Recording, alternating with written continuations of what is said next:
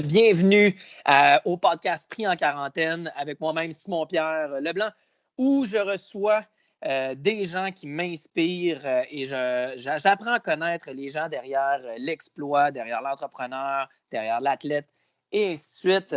Aujourd'hui, j'ai le grand plaisir de recevoir Arthur Laventurier, de son vrai nom François Tremblay. Comment ça va, Frank?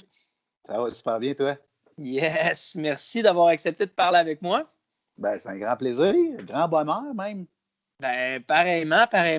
Écoute, je pense qu'on peut quand même faire un petit topo de comment on se connaît. De par mon travail en tant que prof de cours en groupe dans la vie de tous les jours, je suis prof de cours en groupe. Puis à un moment donné, j'aperçois un gars au loin, puis je suis là, tabarouette qui me dit quelque chose, ce gars-là. Puis là, je cherche, puis là, je cherche, puis là, je cherche.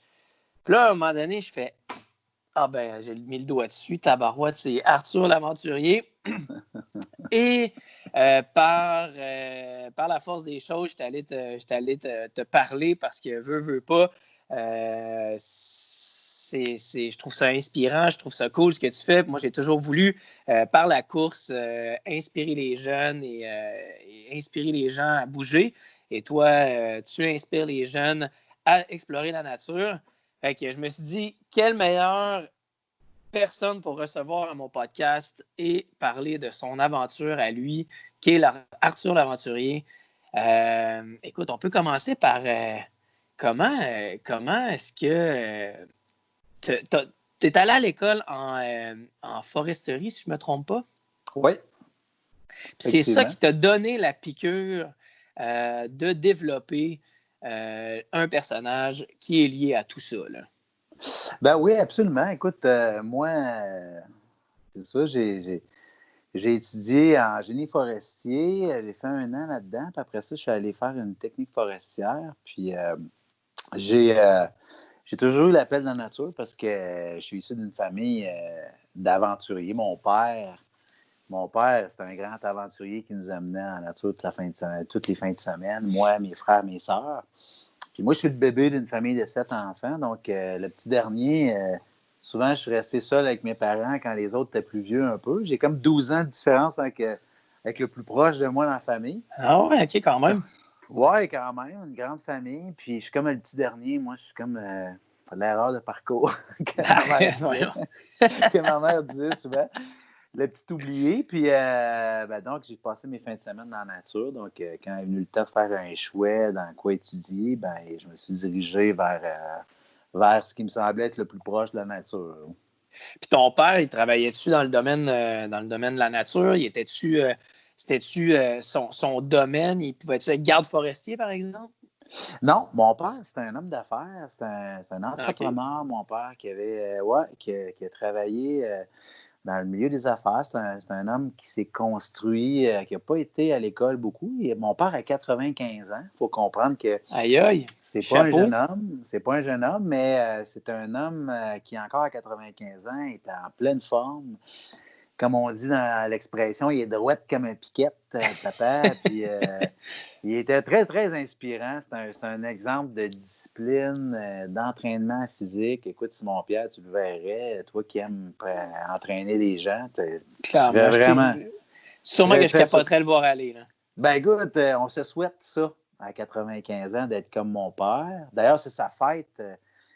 Mon père est né le jour... 21. On est le 21. Demain, c'est le 22. C'est sa fête demain.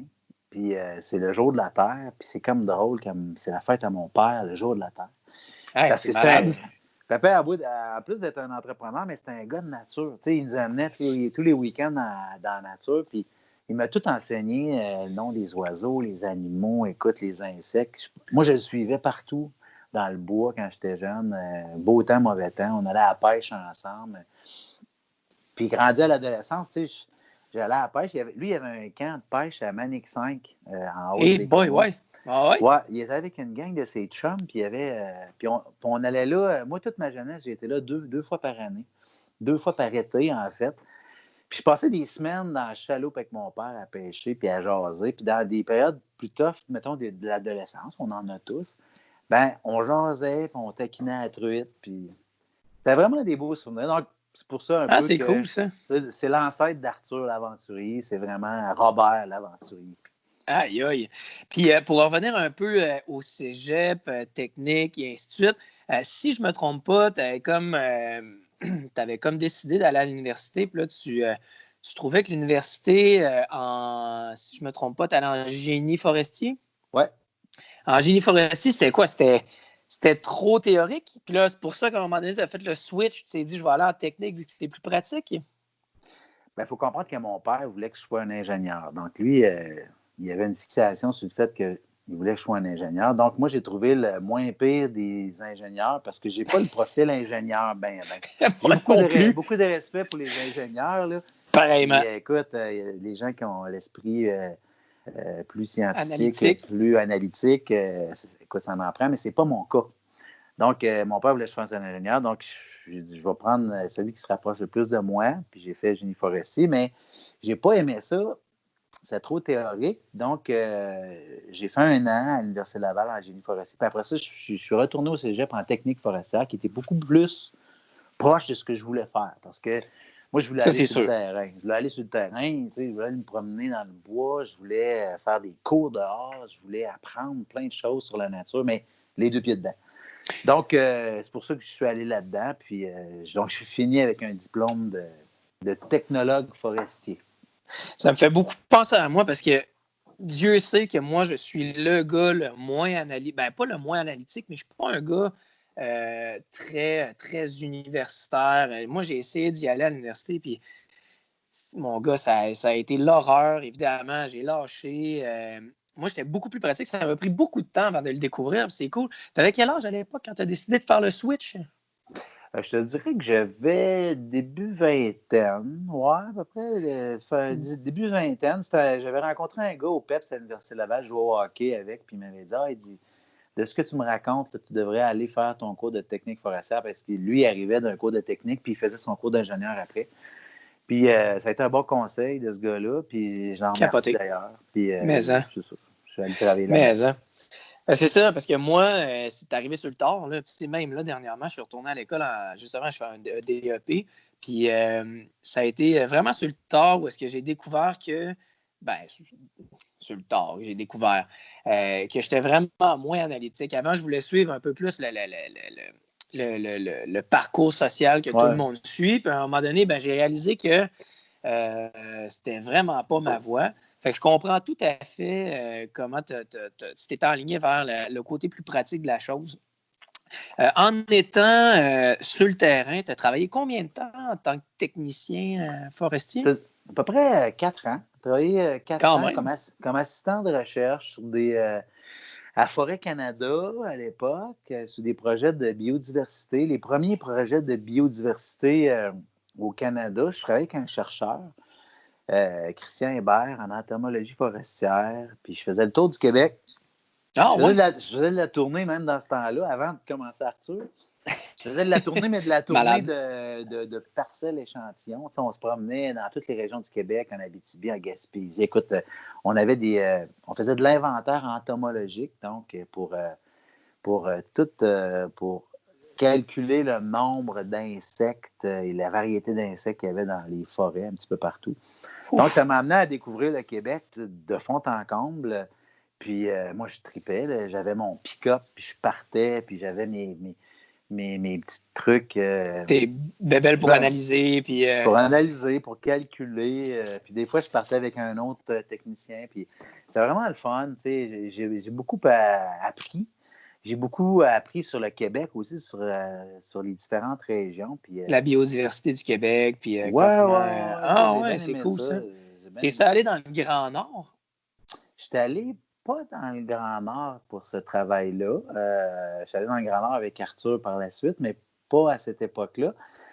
Mais moi, j'avais ces aspirations-là, là, de découvrir. Moi, l'esprit d'aventurier, en fait, je l'ai toujours eu. Puis l'esprit d'aventurier, ça vient souvent avec l'esprit de voyage. Puis je me disais, je suis quand même chanceux. Je partais faire le tour du Québec. Puis le Québec, c'est beau. Puis je trouve encore que le Québec, c'est beau. Puis je me suis jamais tanné de ça. Puis à l'époque, j'ai fait tout ça. J'ai fait 4 ans à peu près.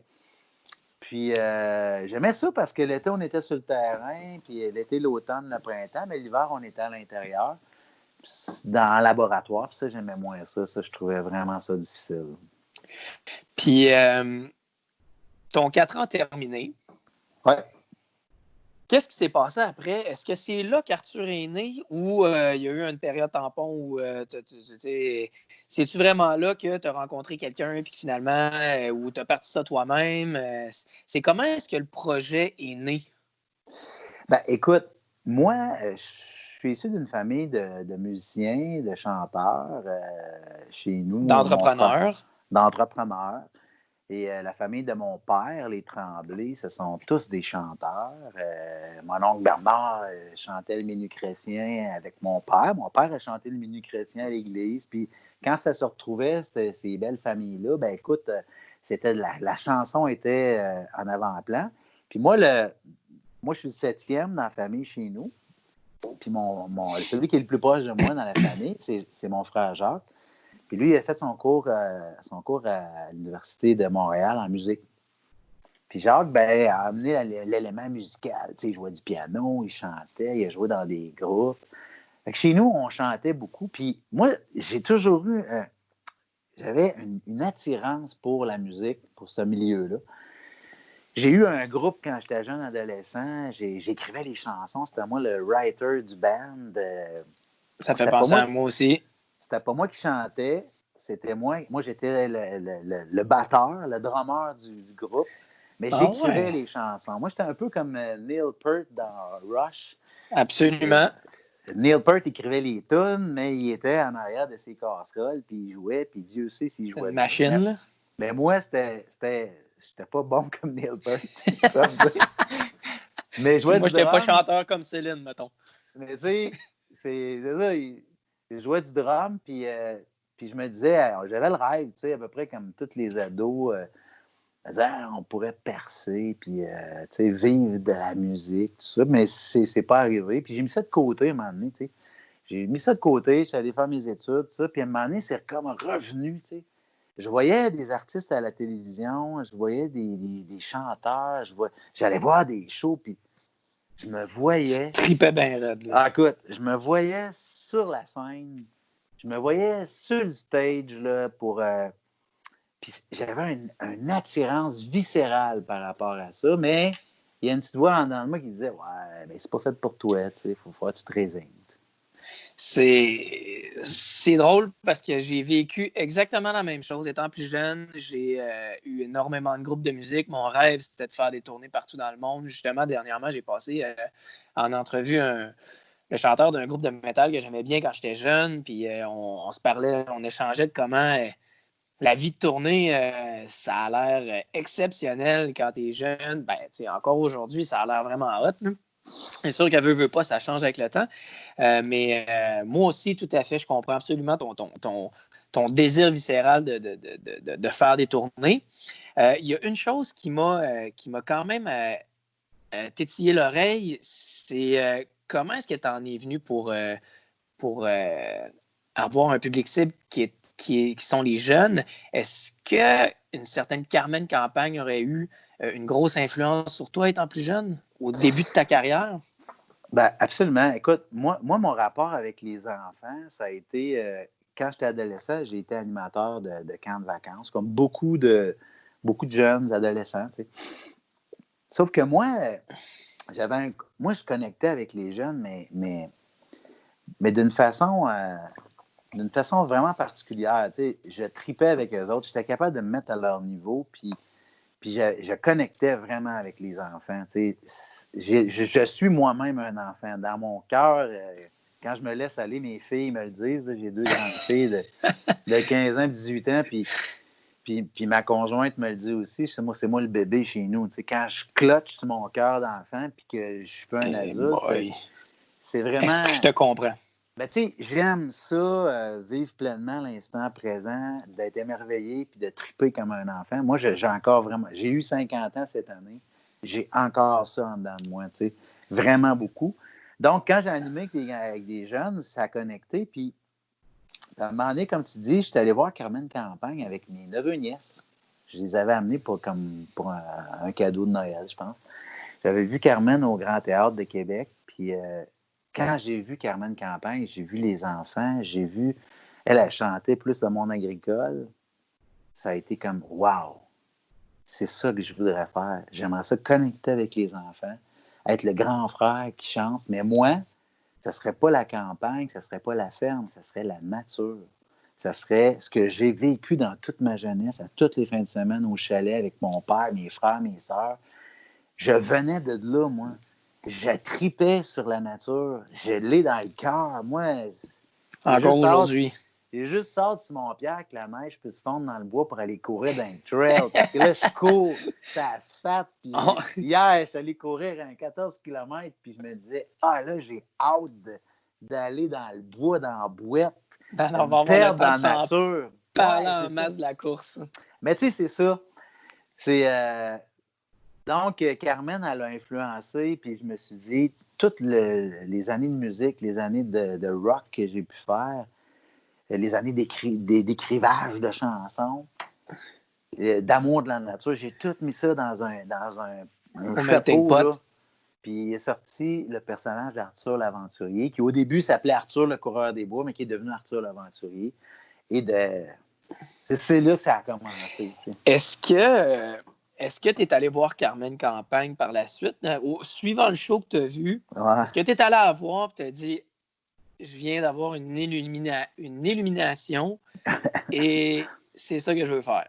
Écoute, c'est drôle que tu me dises ça, puis c'est une bonne question parce qu'à un moment donné, je m'en vais faire un show il y a quelques années peut-être 5-6 ans, à Regina. C'était un spécial pour Radio-Canada là-bas, puis c'était un show radio, mais francophone, puis il y avait plein d'artistes qui étaient là. Puis à un moment donné, j'arrive à l'hôtel le matin, puis j'étais avec mon musicien à l'époque. On était à la salle à manger de l'hôtel, puis qui je vois pas à 3-4 tables plus loin? Carmen Campagne. C'est malade. Parce que Carmen, elle venait de Saskatchewan. Elle. C'est fille de Saskatchewan? Ouais. Ah, ouais. Je pensais que c'était une fille de Québec. Elle est assise là, toute seule. Et là, écoute, je disais à mon musicien, je dis, écoute, Carmen Campagne, là, c'est parce que c'est à cause d'elle. Là, c'est elle qui a tracé la voie des artistes pour enfants, tu sais. Puis, je ne vais pas la voir tout de suite, je suis comme intimidé. Mais on s'en va à la même place, je me retrouve sur le même plateau de radio avec elle, puis tout ça, puis à un moment donné, c'est l'heure du lunch l'après-midi. J'arrive à la cafétéria, puis là, elle est là, puis là, je prends mon courage à deux mains, puis je suis allé jaser avec elle, puis j'ai dit à Carmen, j'ai dit, écoute, Carmen, je voulais juste te dire que j'étais reconnaissant, tu sais, tu as semé en moi quelque chose, puis c'est ce qui fait en sorte que je fais ça dans la vie aujourd'hui. Puis elle était très contente que je lui dise ça. Elle connaissait Arthur, elle avait vu plein de choses de moi, puis elle m'a, tu sais, j'étais hyper honoré de ça. Puis l'année passée, quand elle est décédée, c'est drôle parce que j'étais dans l'Appalachian Trail, dans la réserve de Matane avec un de mes amis. On faisait un trek d'une semaine. Mm-hmm. Puis à un moment donné, j'arrive sur le dessus d'une montagne, puis mon cellulaire, il pogne parce qu'il n'y avait pas de réseau. Puis là, j'ai une trollée de messages, puis c'est comme, hein, rappelle tout de suite, rappelle. Puis là, c'est ma relationniste de presse qui disait, Carmen Campagne est décédée, puis il y a plein de médias qui veulent que tu commandes son décès. Et puis, j'étais sur le dessus de la montagne, puis c'est pas le bon moment. Là. Ça m'a vraiment touché, en fait. Puis oui, j'ai commenté, puis j'ai rendu hommage à cette femme-là, tu sais, qui, à mon avis, a eu une mauvaise réputation au Québec dans plusieurs familles, parce que les gens disaient, ils trouvaient que Carmen était un peu froide, ça, mais moi, j'ai rencontré une femme de cœur, tu sais, qui... une femme de passion. Oui, une femme de passion, puis pour toutes sortes de raisons, elle a passé peut-être pour quelqu'un qui était un peu froide, mais elle a vécu des années très difficiles où est-ce qu'elle s'est fait presser le citron, où elle était très, très, très populaire, puis elle faisait beaucoup, beaucoup, beaucoup de spectacles non-stop. Elle avait une famille. C'était devenu une vraie vedette, puis ça a eu un effet néfaste un peu du vedettariat qu'on peut peut-être comprendre, qu'on peut peut-être voir. Là. Pour elle, ça lui a pas servi. Mais ouais, j'ai rencontré, puis effectivement, j'y ai dit. En fait, j'ai fait ce témoignage-là. Tu sais. Fait que c'est de loin ta plus grande influence et l'instigatrice d'Arthur l'Aventurier. Y a-tu eu d'autres En partie, personnages ouais. qui, en partie, ouais, gars, tu vois, c'est mon autre question. Y a-tu eu d'autres personnes qui t'ont influencé pour partir le personnage d'Arthur? Il y a eu Henri Dess en France. Lui, Henri Dess est originaire de la Suisse.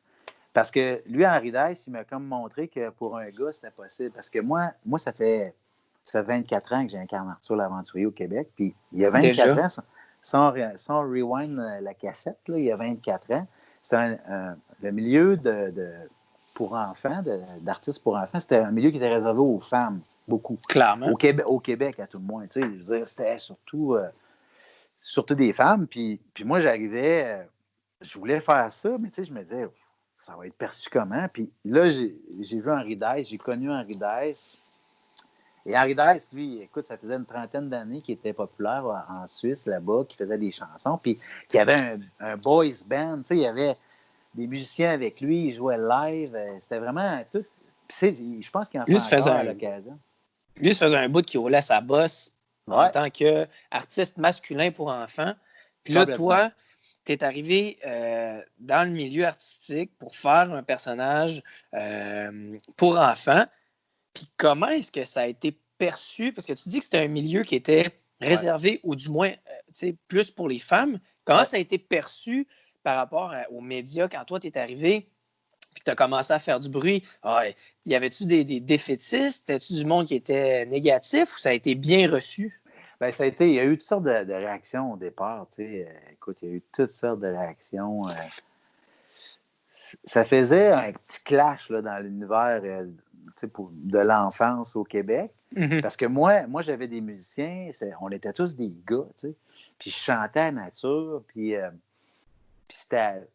Il y avait une dimension qui était moins féminine, qui était peut-être un petit peu plus testostéronisée pour gars.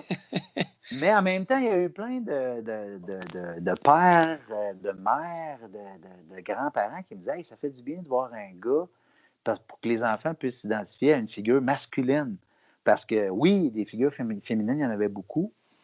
Mais donc, je suis devenu comme un peu le grand frère, par la force des choses, au rythme des années, de petits garçons, de petites filles, qui s'identifiaient peut-être.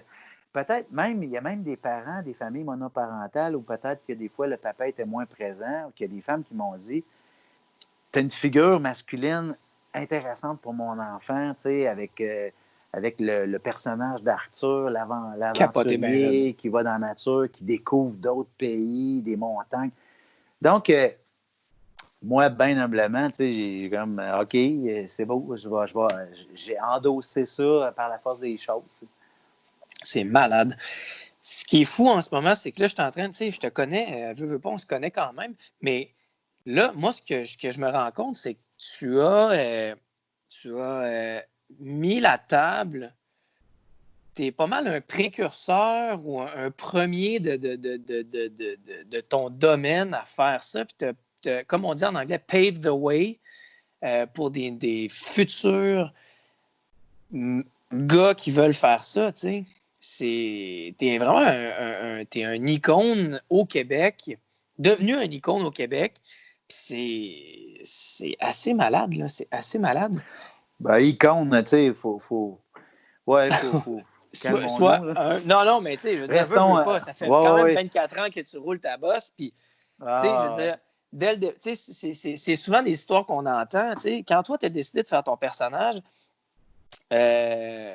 personne ne le faisait, tu étais un gars, tu sais, tu l'entends souvent dans le monde artistique, cette personne-là, quand elle est arrivée dans le milieu, ça se faisait pas, puis t'as défoncé des portes, t'as détruit des barrières qui ont amené à Arthur l'Aventurier puis à avoir des hommes dans le monde des personnages pour enfants. Là. C'est capoté, c'est vraiment hot. Félicitations. Écoute, je suis en admiration, merci, Simon-Pierre, merci. Mais tu sais, moi, je pense que dans la vie, tu sais, quand tu as trouvé ta voie, la vie te montre aussi, tu sais, ça a l'air peut-être fleur bleue de dire ça, mais c'est quelque chose que je crois beaucoup. Quand tu es dans ton fit, puis tu trouves ta voie, puis ça, je m'adresse aux jeunes qui se cherchent présentement, parce que je me suis cherché un Christy de bout. Moi aussi. Mais quand tu trouves ta voie, à un moment donné, les choses se placent. Puis quand les choses se placent, ben, il y a tout le temps quelque chose qui... Il y a tout le temps une poignée. Tu sais, c'est comme quelqu'un qui fait de l'escalade. Tu as tout le temps, à un moment donné, une petite grippe là, qui va faire que tu vas pouvoir continuer ta voie. Puis continuer. Là. C'est fou.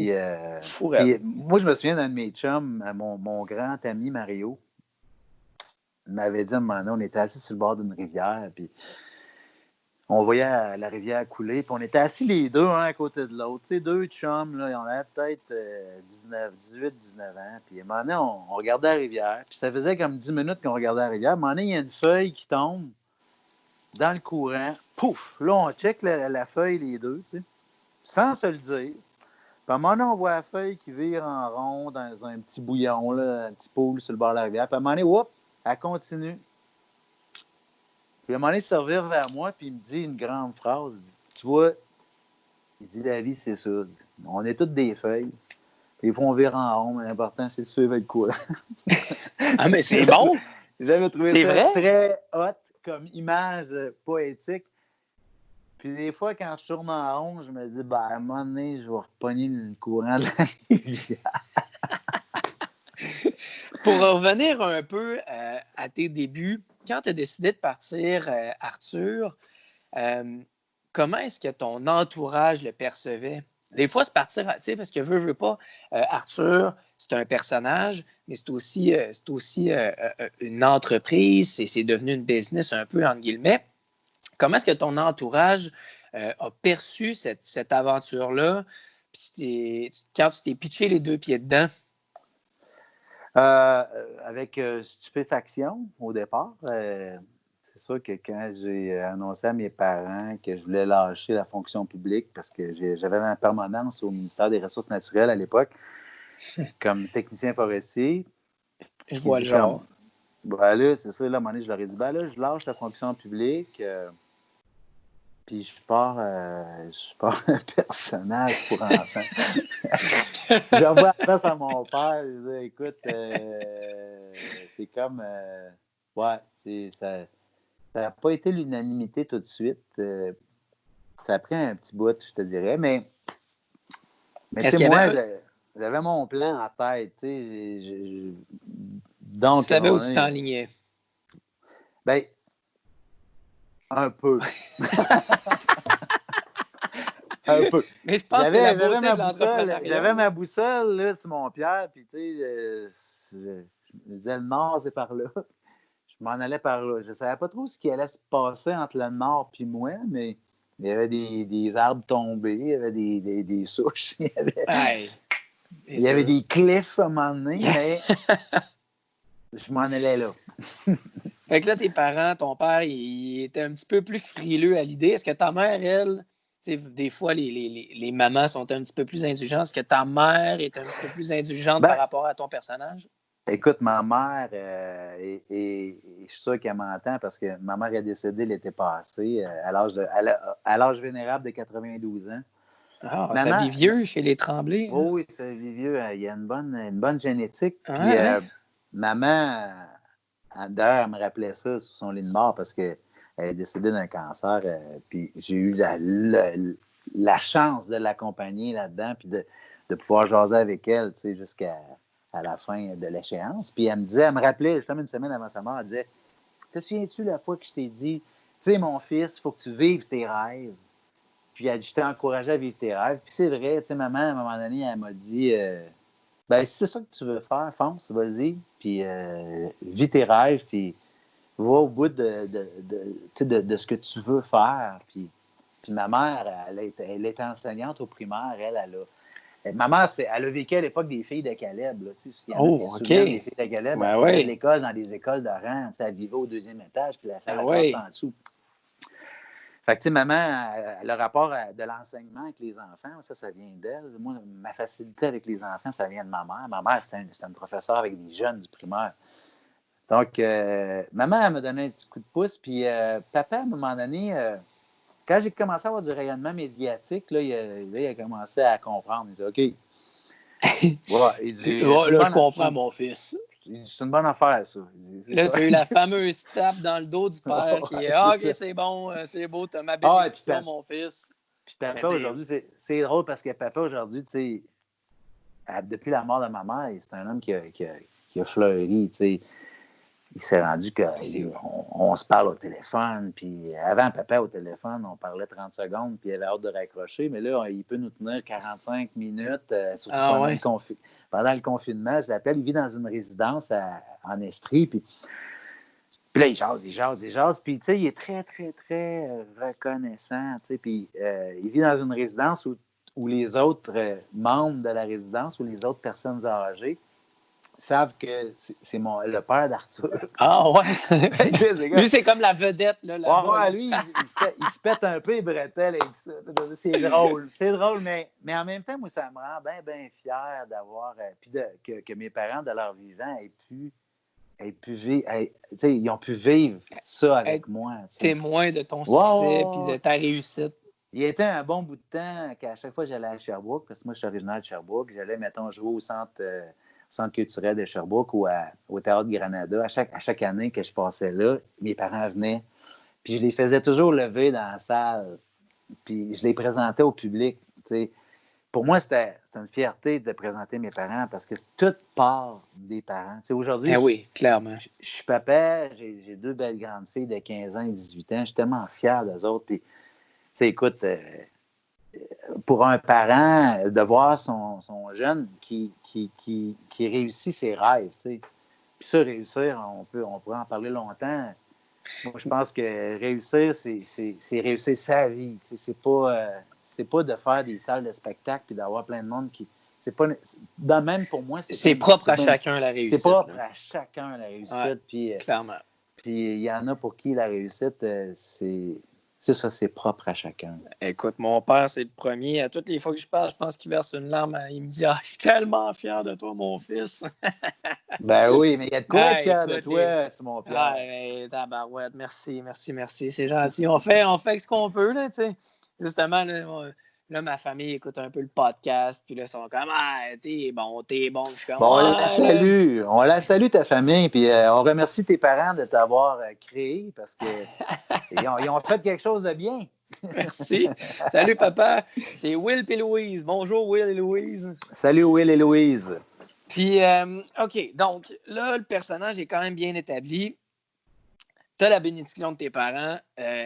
Quand est-ce que tu as su que, Colin, mon personnage, là, ça lève? C'est quoi? Y a-tu un moment où est-ce que tu t'es dit, maintenant, je peux en vivre, puis ce n'est-là, à partir de maintenant, ça explose? Y a-tu un show, un événement X? Moi, j'ai un côté très extrémiste. Pareillement. Puis, quand j'ai décidé que je faisais ça, il y avait un programme à l'époque qui s'appelait Aide au travail indépendant. C'était un programme du gouvernement du Canada qui permettait tu pouvais lâcher ta job pour te consacrer à un projet d'entreprise et tu avais 1 an de temps des prestations d'assurance chômage. Alors, moi, j'ai lâché le gouvernement, ma job de permanence en foresterie, puis j'ai joué all-in dans ça, t'sais. Sans aucun doute. J'étais animé d'une énergie, Simon Pierre, là, incroyable. Fait que moi, je suis allé. J'ai fait un plan d'affaires. J'ai dit, je vais créer un concept. À l'époque, c'était un concept que j'amenais dans les écoles qui s'appelait la forêt mobile. C'est un concept théâtral que j'amène dans les écoles pour vulgariser la nature de façon théâtrale avec les enfants. J'ai fait ça pendant 1 an et demi de temps. J'avais une petite fourgonnette, j'avais un petit décor. Puis je me promenais dans les écoles, dans la région de Québec, en Beauce, un petit peu partout. Puis à un moment donné, je me suis dit, là, il faut que je pousse mon concept plus loin. Il faut que je fasse des chansons, un peu comme Carmen faisait à l'époque. Des vidéocassettes. À l'époque, c'était des vidéocassettes. Je vais avoir des vidéocassettes de chansons, mais avec mon personnage qui était issu de mes animations, qui s'appelait Arthur le coureur des bois. Et là, il fallait que je fasse des chansons, en disquer des chansons en studio. Donc, ça, c'est un rêve. Mon rêve de jeune ado, songwriter, de rock, Puis revenait. là, tout d'un coup, tu le vis, là. Ouais. C'est Puis, hot, c'est hot. c'est là que j'ai rencontré mon associé, qui est mon associé depuis le début d'Arthur l'Aventurier, Louis Grégoire. Puis, j'ai rencontré Louis, ça a été un coup de foudre entrepreneurial. Quel J'ai bon Jack. rencontré, tu l'as rencontré d'ailleurs, j'ai rencontré Louis dans un café, puis c'est la seule fois de ma vie où j'ai dîné et j'ai soupé à une même table dans un même restaurant. Ah ouais? Parce qu'on est parti dans un élan on s'est lui, Louis, c'était un gars qui a étudié en administration à l'université, donc il a des études plus avancées que moi. C'est un gars qui est très intelligent, qui sait compter, qui a un esprit rationnel, mais qui a une intelligence du cœur aussi, parce que si je suis avec lui depuis 24 ans, c'est parce qu'il a su aussi. Ça se rejoint à tous les niveaux. Ah, écoute, à tous les niveaux, puis c'est pas. J'aurais pas pu être associé avec un homme d'affaires by the book qui veut seulement, qui met l'argent, tu sais, comme le goal ultime. Non.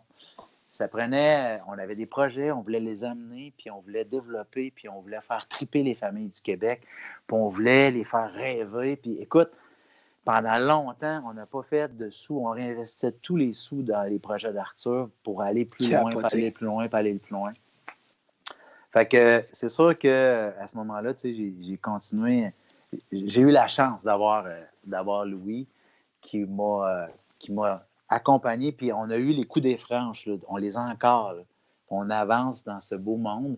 Parce que nous, ce qui est particulier, c'est qu'on est à Québec, on est producteur de nos films, on est producteur télé de nos séries télé à Radio-Canada.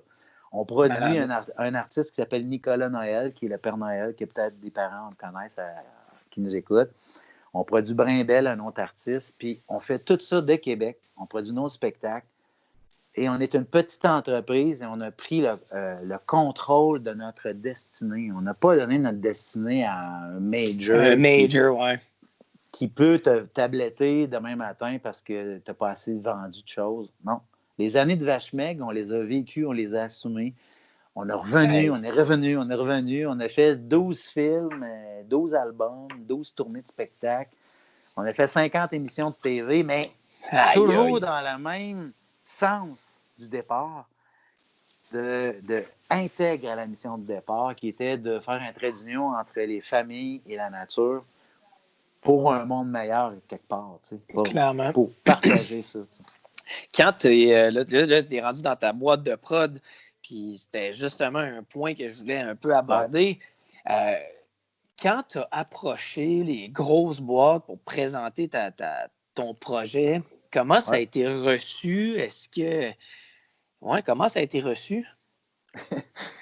Ben, écoute, on a fait rire de nous autres à bien des égards. On est allé dans des. Ah ouais, on a fait des meetings dans des grosses boîtes, puis les gens ne comprenaient pas. Il faut dire qu'il y a 24 ans, quand tu parlais d'environnement, quand tu parlais d'éducation relative à l'environnement, quand tu parlais de la nature, on n'avait pas d'oreille ouverte à ça. On ne faisait même pas de recyclage dans ce temps-là. Tu sais, je veux dire, le développement durable, là, c'était un mot qui n'existait pas. Tu sais. Il n'y avait pas de bac il y avait pas de bac là-dedans, là, à l'université. On tirait tout dans les poubelles. Puis, tu sais, on ne se préoccupait pas de ça. C'était pas l'époque d'éveil de conscience environnementale. Nous autres, on était des précurseurs dans ça. Puis moi, de par mon éducation, de par ma famille, de par le contact direct avec la terre et avec la nature, écoute, moi, je l'avais, mais je pensais que tout le monde l'avait. Mais clairement. Forcé d'admettre que non. Non. Fait que là, tu arrives chez, mettons, Radio-Can, puis là, tu pitches ton produit. Puis là, eux autres, ils te disent, ben voyons donc, un, t'es un gars. Deux, l'environnement, on s'en fout. Qu'est-ce que t'as fait? Tu dis, non. T'es-tu recogné à la porte 150 fois, puis une année, on dit, il est fatigant, lui. On va lui dire oui, non? Ben écoute, un moment donné, on s'est dit, ben là, s'il n'y a personne qui veut le faire, on va le faire, nous autres. T'sais. Ça, c'est comme. Ben, c'est un peu la mentalité d'aventurier. Écoute, Tu le sais, Simon-Pierre, tu as assez Ben fait oui, de courses puis d'exploits. À un moment donné, tu te dis, tu te baisses la tête puis tu y vas, puis tu penses clairement. pas trop. Tu sais, il y a Scott Jurek, tu connais Scott Jurek, le Ouais. fameux ultra-trailer, Ouais. ultra-marathonien, puis lui, dans son livre, j'ai lu son livre qui s'appelle North, qui explique son épopée où il a fait l'Appalachian Trail à la course. Mm-hmm. Tu sais, le gars, il faisait 50, 60, 70 km par jour pendant 46 jours. 46 jours. Déjà. Ouais. Puis 46 jours.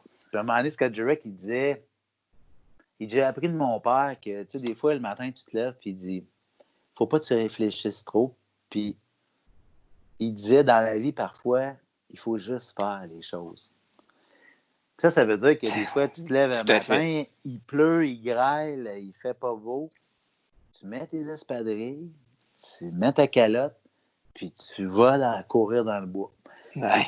Puis quand tu reviens, tu es content à chaque fois. Ben moi, à cette époque-là, Tu m'enlèves les mots de la bouche. À cette époque-là, vas-y. Je fais un parallèle avec la course parce que c'est quelque chose qui m'anime, de courir en trail puis de courir dans la nature. Puis... Mais c'est ça, à un moment donné, on s'est fait dire non, puis on s'est dit, ben on va le faire. Puis des fois, on n'avait pas une scène, on vivait très maigrement. Écoute, mais on y croyait, puis c'était pas grave. Puis c'est pas grave. À un moment donné, on va en vivre décemment. Puis on y croyait, malade. mais il n'y avait aucun doute. Il n'y avait aucun doute dans notre esprit. Il n'y avait pas, de plan B. Il y avait juste un plan A. Ouais, il y avait juste un plan A. Ça, c'est capoté, pareil. C'est comme moi, quand j'ai commencé à courir, j'allais vers l'avant, puis c'est pas mal Je tout. savais que ça t'animerait. Ah ouais, t'écoutes. On parle de course. Non, écoute, moi, quand j'ai commencé à courir, là, on dirait que j'étais arrivé dans un moment où est-ce que la course commençait à être populaire, mais pas tant que ça, puis les ultras encore moins. Puis quand j'ai découvert les ultras, là, le monde dit, là, moi, j'ai commencé à faire, c'est là que je m'en vais, puis c'est ça que je veux faire. Puis, je suis allé pas après pas, kilomètre après kilomètre, puis tu sais, veux pas, moi, j'étais un gars, moi, je fumais avant, puis, tu sais, moi, j'étais top sédentaire, j'avais jamais rien fait de ma vie en termes de sport. Puis là, ben, j'ai commencé à courir, puis ça a été mon aventure à moi, là, puis ça m'a amené où est-ce que je suis aussi, puis sur plein d'autres affaires aussi. Mais, en tout cas, je sais pas pourquoi je m'en vais sur mes chevaux là. Non, mais t'es allé là, puis tu l'as fait. Tu sais. Ouais. Tu l'as fait, puis tu sais, puis c'est ça, à un moment donné, tu sens l'appel, tu sais, puis moi, je dis souvent ça à mes filles, tu sais, essayez de trouver ce qui brûle en dedans de vous autres, tu sais, ce qui vous anime. Parce qu'un coup, tu l'as trouvé, t'as pas besoin de la regarder. Et puis là, ma conjointe va peut-être... ma conjointe est conseillère en orientation. mais d'accord avec moi, parce que moi, je me souviens à l'époque, on regardait tout le temps le petit livre. Bon, c'est quoi le taux de placement? Je vois-tu aller étudier dans telle Oh affaire? boy. Mais si tu es passionné, puis si tu tripes dans ce que tu fais, puis là, ma conjointe, je l'entends me dire, oui, mais c'est pas tout le monde qui a des passions. Puis c'est vrai. Ça, c'est vrai, ça. C'est pas tout le monde qui a des passions. Non. Ça, c'est vrai. En tout cas, moi, puis toi, je Trouvez-en. Parle-moi donc de ça. Parlant. Regarde. Là, tu disais tantôt que tu venais d'avoir 50 ans, bonne fête en retard, même si je te l'ai souhaité le jour de ta fête. Mais tu t'étais donné comme mission, justement, de courir 50 kilos pour tes 50 ans. Comment cette idée-là a germé dans ta tête? Ça? Ben écoute, il y a une couple d'années, il y a 4 ans,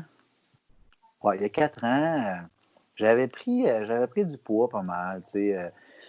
J'avais un petit bide là, puis je m'enlignais pour être un petit 50 ans bedonnant. OK. Puis je me confortais là-dedans, tu sais. À un moment donné, j'ai dit, OK, il y a quelque chose qui s'est passé en moi. Je ne sais pas, j'ai commencé à faire attention à mon alimentation beaucoup. J'ai commencé à courir. Puis là, c'est là que m'est germé cette idée-là. J'ai dit, écoute, j'ai 46 ans, quand je vais avoir 50 ans, je pourrais faire un trail de 50 km parce que dans le monde du trail, tu le sais, un ultra, ça commence à 50 km. C'est théoriquement. Moi, je suis capable de dire aujourd'hui, je suis un ultra-marathonien. J'ai fait 50 km, les gars. Mais en tout cas, c'était ça l'objectif. J'ai commencé, écoute, en faisant 5 km, 10 km, un peu comme tout le monde. Puis je me souviendrai tout le temps, la première course officielle de trail que j'ai faite, c'était le trail du Mont-Orignal à l'époque. Je ne sais pas si tu te souviens de cette course-là. C'était les trails. Je l'ai jamais fait. Trail de la Beauce, là. En tout cas, c'était au Mont-Orignal, dans le coin de Lac Etchemin. Okay. J'étais allé le faire, puis écoute, je l'ai fini en marchant. Je me suis détruit complètement. C'était combien de kilos? C'était 20. 20, mais c'était un 20 tough. 20, le Mont-Orignal, tu commençais le Mont-Orignal la même. En tout cas, je n'étais pas prêt à ça. Je pensais que j'étais prêt, mais je ne l'étais pas du tout. Je te comprends, parce que moi, mon premier 25, j'étais zéro prêt. J'ai souffert, mon gars. Là. J'ai souffert. Vas-y, continue, excuse-moi. Je l'ai fait avec ma conjointe, avec Brigitte. Brigitte l'a fait avec moi, puis on a fini les deux en marchant. Puis en marchant, moi, j'avais dit à Brigitte, je disais, écoute, moi, plus jamais je vais faire ça. C'est bien trop, c'est malade, c'est complètement fou. On n'a pas besoin de ça, pour se motiver. Puis, fait que là, j'arrive au fil d'arrivée, à 3h30 de course, je pense. C'était un 20 km, on s'entend que j'ai marché un méchant bout. Je rencontre un gars, puis là, j'ai mal partout, je suis complètement détruit, puis j'ai les pattes dans les airs, couché dans le gazon. Puis je rencontre un gars que je connaissais un peu, qui me dit « Hey, dans un mois, je m'en vais faire le trail du Mont Offord. » Je me souviens plus trop c'est quoi, là. Oui, c'en est un. C'est pas le Five Peaks? Ou pas le Five, non, c'était pas le Five Peaks, c'était en tout cas... L'X-Trail. X-Trail du Mont Offord. Oui, c'est ça. Puis là, moi, je suis couché, les pattes dans les airs, complètement détruit. Puis là, il me dit « Ouais, il dit, c'est pas pire. » Puis il dit « C'est moins dur qu'ici. Ici, c'était un peu tough. » Puis là, je me reviens. Puis là, dans l'auto, en s'en retournant à Québec, je dis à ma conjointe, je dis « Hey, je pense que je vais m'inscrire. » Ben, voyons, elle dit « Tu m'as dit tantôt, où la parole. » Ouais, je sens l'appel. Je pense que je vais me préparer mieux. Puis je vais faire plus attention à mon alimentation. Puis là... Puis j'ai fait un mois après l'X-Trail du Mont Offord, puis j'ai fait un super bon temps. Puis j'étais comme un nouvel homme, parce que j'avais compris des rudiments que tout beginner... Faut que tu t'entraînes, puis... tout beginner en trail, à Star, tu connais, tu sais ça, puis... Là, mettons, là, ton 50 kilos, là, c'était quand, ça? C'était l'année passée au Québec Méga Trail. Puis là, tu sais, j'ai fait le 20, j'ai fait le 30, j'ai fait le 30 de la clinique du coureur, j'ai fait le 37 de la vallée de Bras-du-Nord. Fait que là, tu avais un beau build-up ça, j'ai fait le 42 du défi des couleurs Simard, puis là, ça j'étais rendu à 50. Puis, fait que là, on a fait le Québec Mega Trail avec mon partenaire Jean-François, que je salue, c'est mon chum G. Puis on a fait ça. Puis je l'ai fini. Comment ça a été? Ça a super bien été. J'étais bien préparé, puis j'étais content, puis c'était un accomplissement. Puis quand je suis arrivé au fil d'arrivée, écoute, il y avait tous mes neveux, nièces qui étaient là, ma famille, mon frère. Ma blonde m'avait organisé un surprise pour ma fête. Puis j'ai couru le dernier bout avec tous les petits-enfants qui avaient fait des dessins. Puis bravo, François. Voyons donc. Ah là, j'ai trippé. J'ai fini ça en bâillant. Écoute, c'était un accomplissement. Puis tu sais, c'est des défis. Puis moi, j'ai choisi que je rentrais dans la cinquantaine en forme. Puis là, je cours plus que jamais de ce temps-ci. Même si toutes les courses sont annulées, je me suis dit, je vais m'en inventer des courses cet été. Tu sais. On ira courir. C'est sûr. La minute qu'on va pouvoir. On se fait un challenge. Il y a Jean-François Cochon, un de mes bons chums, qui vient faire...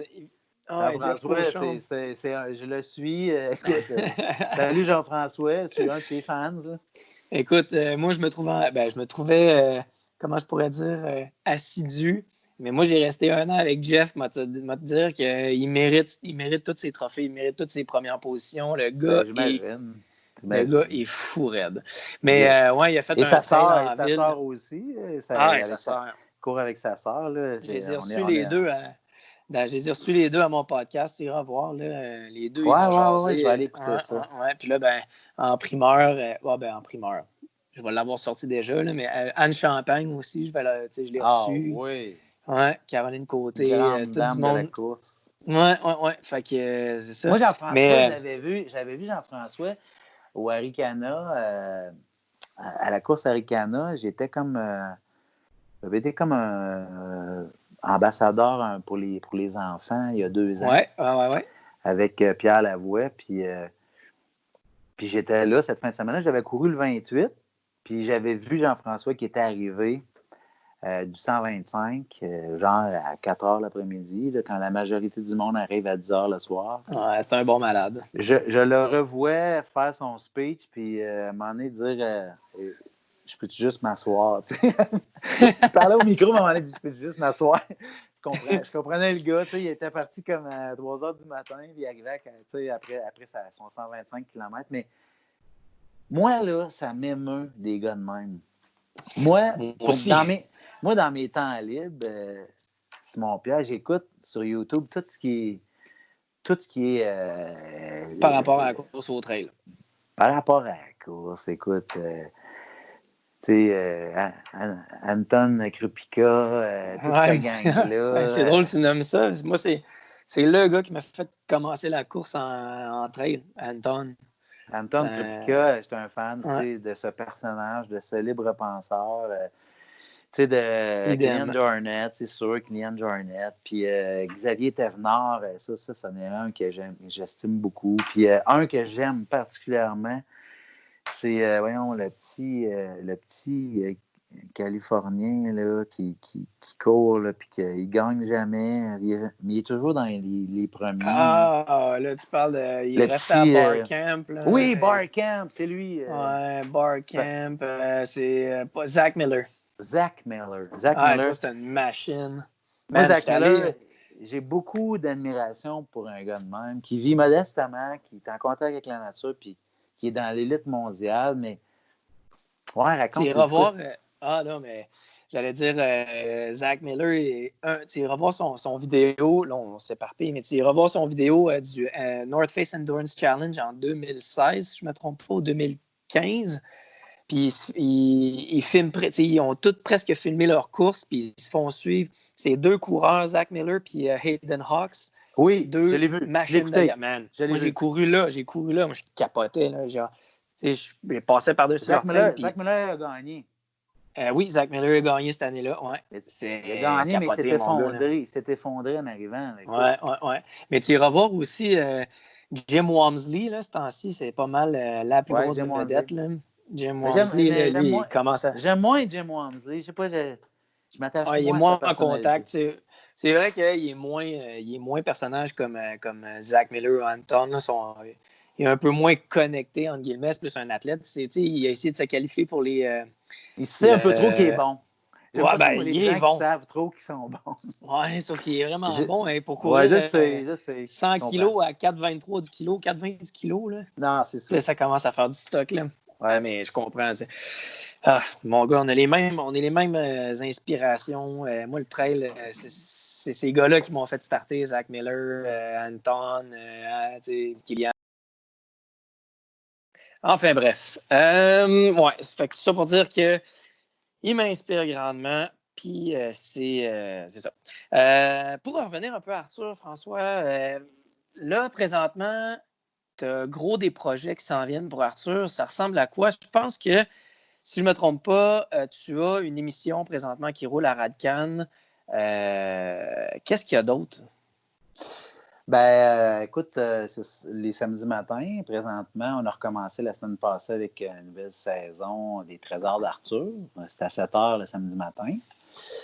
Jusqu'au mois de septembre. On est en ondes tout l'été. Okay. Donc, vous avez des enfants, samedi matin à 7 heures. Puis, on peut voir les émissions aussi sur tout.tv là, dans la zone des petits. C'est cool, ça. En rattrapage. Il y a aussi une série qu'on a fait en Australie, Les Animaux du Monde, qui est dans la zone des petits, sur tout.tv aussi. Donc, c'est des animaux que j'ai découverts en Australie. Mais là, on travaille, on vient d'avoir un OK là, de Radio-Canada justement pour faire un autre projet avec Arthur au Maroc l'année prochaine. Oh, OK. Oui, on s'en va au Maroc l'année prochaine. Un nouveau film qui est en construction.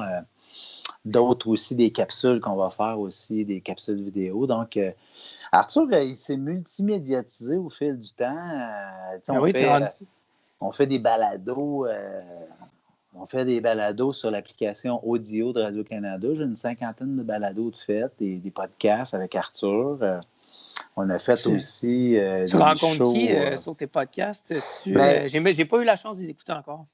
Je rencontre personne, en fait. C'est qu'il y a à peu près 35 podcasts que je raconte des aventures aux enfants sous forme d'histoires racontées, avec du bruitage quand j'étais allé en Afrique, quand j'étais allé au Costa Rica, quand j'étais allé dans les Rocheuses.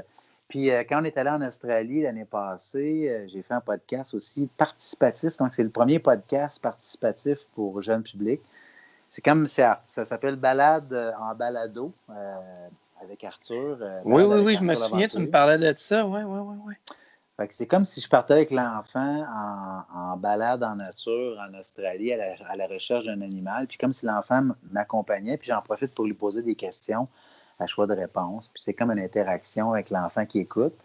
Ça, c'est bien le fun. Très cool. Puis, je suis bien actif aussi là, sur Facebook. Là. À tous les jours, j'ai entrepris pendant le confinement sur le Facebook d'Arthur l'Aventurier. Je fais une toune par jour parce que j'ai 160 tounes d'Arthur au total depuis 24 ans dans Disquet. Malade. Là, j'en fais une par jour. Fait que là, ça m'amène à ressortir mes charts de guitare. Là. Ben écoute, c'est juste de se donner la peine de le faire parce que je trouve que c'est de revisiter tout le répertoire des anciennes productions. J'en fais une par jour. D'ailleurs, aujourd'hui, j'ai fait une chanson sur Ça va bien aller aussi. J'ai créé une toune pour le confinement aussi, pour les jeunes familles, pour les enfants. T'sais. Fait que, tu sais, c'est ma façon à moi d'être présent avec les enfants parce qu'on a annulé tellement de spectacles, Simon-Pierre. Ça, c'est fou, là. On a annulé les shows de salle, mais aussi les shows de festival l'été prochain. J'avais un super bel été de festival, des beaux événements cet été. Moi, c'est sûr que ça me manque. Je suis habitué de faire des shows toutes les semaines avec une couple de 100 personnes. C'est ça, tu restes un musicien qui a envie de performer devant des jeunes, devant ton public. D'avoir l'échange, le contact. Ah ouais, clairement. Ça me manque, mais je reste actif via les réseaux sociaux. La chaîne YouTube aussi, on met des vidéoclips d'Arthur sur la chaîne YouTube officielle d'Arthur l'Aventurier qui sont gratuits. Donc, vous pouvez voir tous les vidéoclips qu'on a fait en Afrique, au Costa Rica, dans les Rocheuses. Puis même, on a libéré 2 qu'on a fait en Australie. On venait de sortir un DVD, nous autres, sur le marché quand le confinement est arrivé. Donc, si vous avez des enfants, c'est plein de contenu gratuit, en fait, qu'on met disponible pour les enfants. Donc, c'est un peu ça qui se trame, là. Ouais. C'est malade. Ça qui nous fait que là, le Maroc, ça s'en vient. Ça, c'est hot. Le Maroc, ça va être cool. Ouais. J'imagine que vous allez aller voir des déserts, vous allez aller voir les chameaux et ainsi de suite. Là. Ouais. Ben écoute, j'étais en écriture de ça présentement, donc j'ai la tête un peu dans ce pays-là. Le Maroc, c'est pas si loin, mais c'est un pays, c'est très dépaysant là, comme endroit. Donc, j'ai bien hâte d'aller vivre ça. Puis, qui sait, peut-être qu'un jour, j'irai faire le marathon des sables. Ah, ça serait cool, ça. Ça serait vraiment cool. Pourquoi pas joindre l'utile à l'agréable? Ben oui. Mais tu pourrais le faire. Ouais, non, c'est sûr que c'est quand même 7 jours là, ou 5 jours, je ne m'en souviens plus. Mais tu sais, pour ceux qui ne savent pas c'est quoi, le marathon des sables, c'est une course de 250 kilos dans le désert.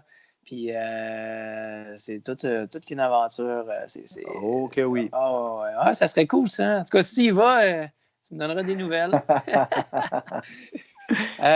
Écoute, en tout cas, je veux juste finir sur cette note-là parce que vu que tu t'en vas au Maroc, moi, j'ai des chums qui sont allés. Puis ils ont été dans des grosses montagnes là-bas. Fait que je sais que ça sera peut-être pas où ce que tu vas être. Je sais pas où tu vas aller, mais en tout cas, si tu as la chance, là, je sais qu'il y a des beaux treks à faire dans ce pays-là. On est censé monter. Moi, en tout cas, dans ce que j'ai prévu dans mon projet, c'est je veux que Arthur monte le plus haut sommet du Maroc. Là, c'est 4167 mètres. Quand même, hein?